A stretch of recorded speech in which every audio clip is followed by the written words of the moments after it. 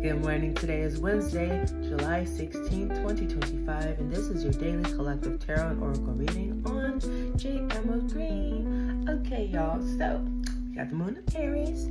We know Saturn and Neptune are also in Aries. So, we got a conjunction, and we also have a square with Jupiter in Cancer. So, what does that mean? It means that we know we got a few things we need to do on that checklist, but it may require a little extra effort to do it. So just be kind to yourself while also making sure you stay on task, stay on point, okay?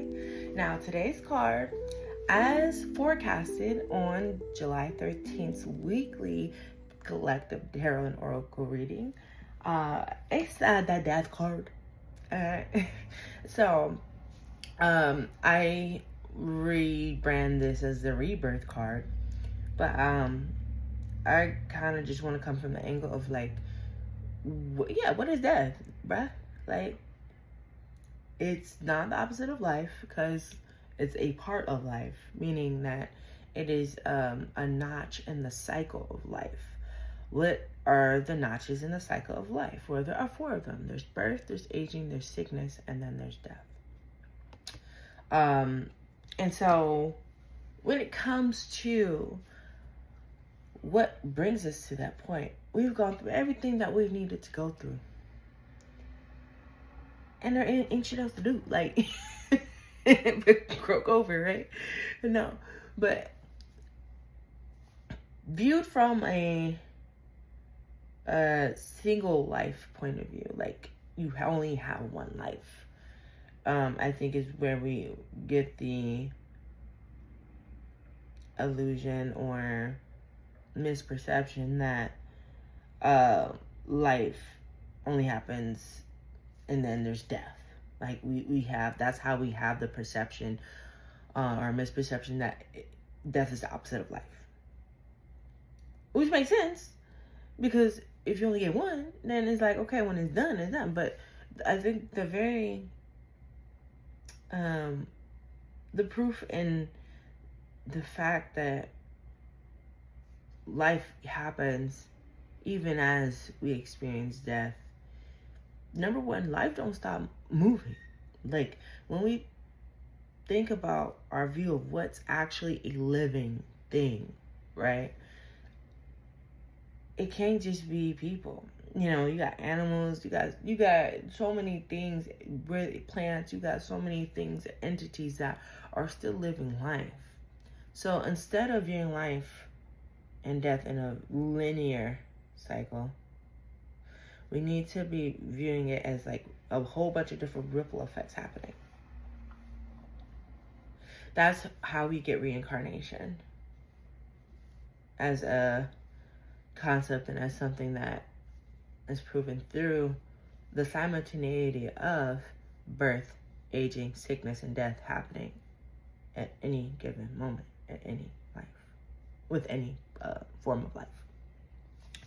So, with that being said, what are we making room for? Because something got to go. Something had to go. Are we making room for the lessons that we needed to learn in that time before that person, place, thing needed to go? Are we embracing the change? Have I picked this up yet? If I haven't, I'm sorry. But, you know, like, how are we embracing the change? Right?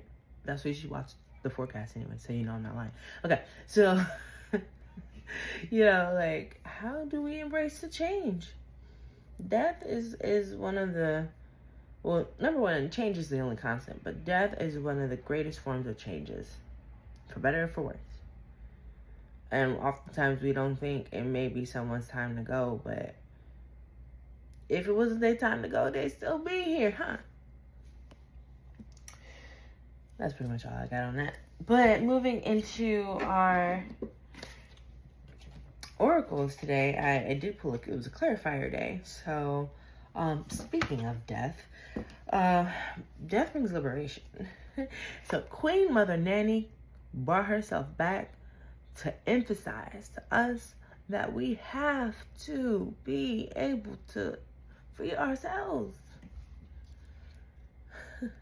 We have to be able to free ourselves, because ain't nobody gonna free us unless, you know, we are a miracle recipient of a abundance of mercy.